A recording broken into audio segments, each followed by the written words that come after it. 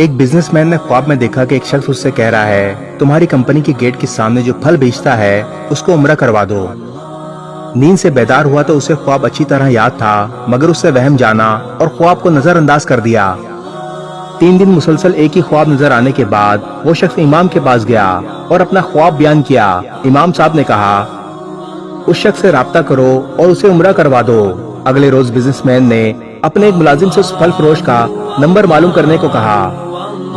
Business man نے phone پر اس پھل فروش سے رابطہ کیا اور کہا مجھے خواب میں کہا گیا ہے کہ میں تمہیں عمرہ کرواؤں، لہٰذا میں اس نیک کام کی تکمیل کرنا چاہتا ہوں۔ پھل فروش زور سے ہنسا اور کہنے لگا کیا بات کرتے ہو بھائی، میں نے تو مدت ہوئی کبھی فرض نماز ادا نہیں کی اور تم کہتے ہو تم مجھے عمرہ کروانا چاہتے ہو۔ بزنس مین اصرار کرنے لگا اور اسے سمجھایا میرے بھائی میں تمہیں عمرہ کروانا چاہتا ہوں، سارا خرچہ میرا ہوگا۔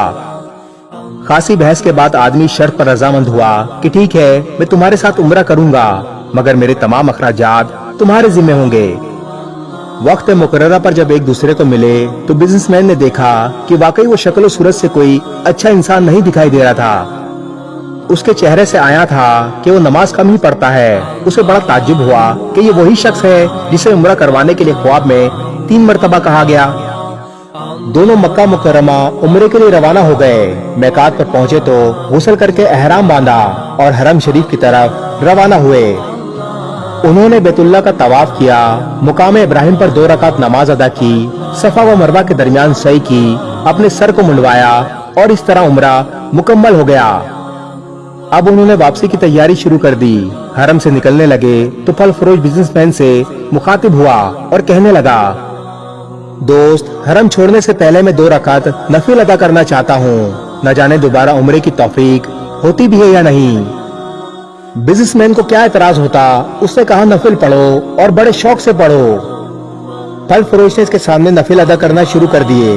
جب وہ سجدے میں گیا تو اس کا سجدہ طویل سے طویل تر ہوتا چلا گیا۔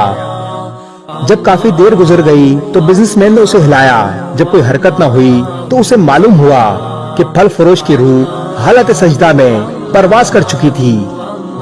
پھل فروش کی موت پر اسے بڑا رشک آیا اور وہ رو پڑا یہ تو حسن خاتمہ ہے، کاش ایسی موت میرے نصیب میں ہوتی۔ اس خوش قسمت انسان کو غسل دیا گیا اور حرم میں ہی اس کی نماز جنازہ ادا کی گئی۔ ہزاروں فرزندان اسلام نے اس کا جنازہ پڑھا۔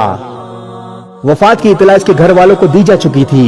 بزنس مین نے اس کے گھر کا تمام خرچہ اپنے ذمہ لے لیا۔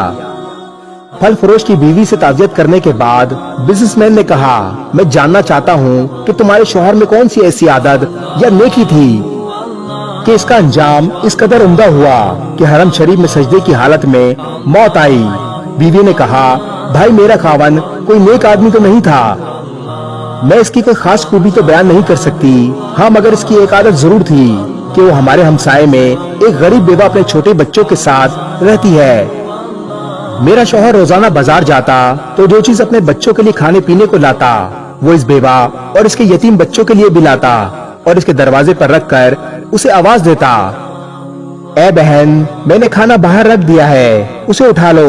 یہ بیوہ عورت کھانا اٹھاتی اور آسمان کی جانب سر اٹھا کر دیکھتی اور کہتی اے اللہ رب العزت آج پھر اس نے میرے بھوکے بچوں کو کھانا کھلایا، اے اللہ رب العزت اس کا خاتمہ ایمان پر فرما۔ زندگی تو جیسے تیسے بہرحال گزر ہی جانی ہے، لیکن جس قدر ممکن ہو لوگوں کی مدد کیا کریں۔ اللہ تعالی ہمیں ہر طرح کی برائیوں سے اپنی پناہ میں محفوظ رکھے اور ہمارا خاتمہ بھی ایمان پر فرمائے، آمین ثم آمین۔ اس ویڈیو کو شیئر ضرور کریں، ہو سکتا ہے آپ کے ایک شیئر سے یہ بات کسی کے دل میں اتر جائے۔